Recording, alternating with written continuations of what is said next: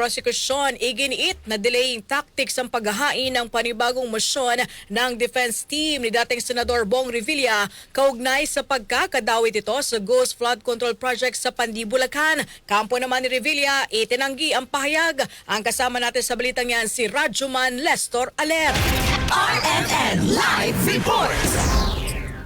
Kasamang Angel, iginiit ng prosekusyon na delaying tactics o pinatatagal lamang ang usad ng kaso ng paghahain ng panibagong mosyon ng defense team ni dating Senador Ramon Bong Revilla Jr. Kasunod ito ng pagpasa ng urgent for motion for inhibition at motion for reconsideration ng kampo ni Revilla para sa kaso nitong malversation sa Sandigan Bayan 3rd Division dahilan para muli maantala ang nakatakda sanang arraignment o pagbasa ng sakdala kaninang umaga. Ayon sa prosekusyon, wala namang nagbago sa argumento o laman ng mosyon ng kampo ni Revilla. Samantala, dinepensahan naman ito ng kampo ng dating senadora kung saan binigyang diin ni Atty. Francesca Senya na siyang tumatayong tagapagsalita ni Revilla na sumusunod lamang ang kanilang hanay sa proseso.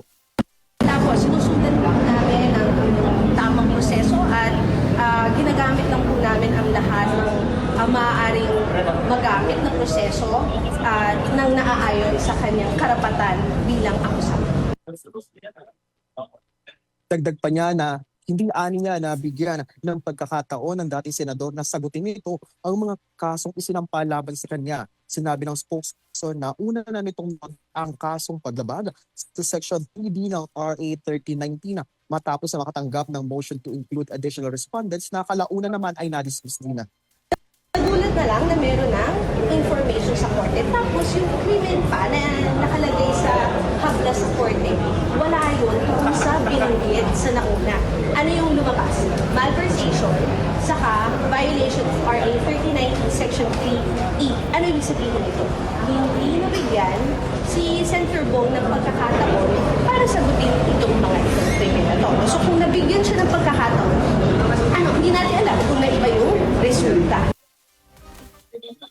Dahil dito sa darating na Lunes, February 16, muling haharap sa korte sa Sandigan Bayan 3rd Division para sa pagbasa ng sakdal kasama si Department of Public Works and Highways Bulacan 1st District Engineering Office Accountant Juanito Mendoza matapos ng maghain ng motion for reconsideration. Kasama mo sa DZXL RMN Manila, Rajuman Lestor Aler, Tatak, RMN.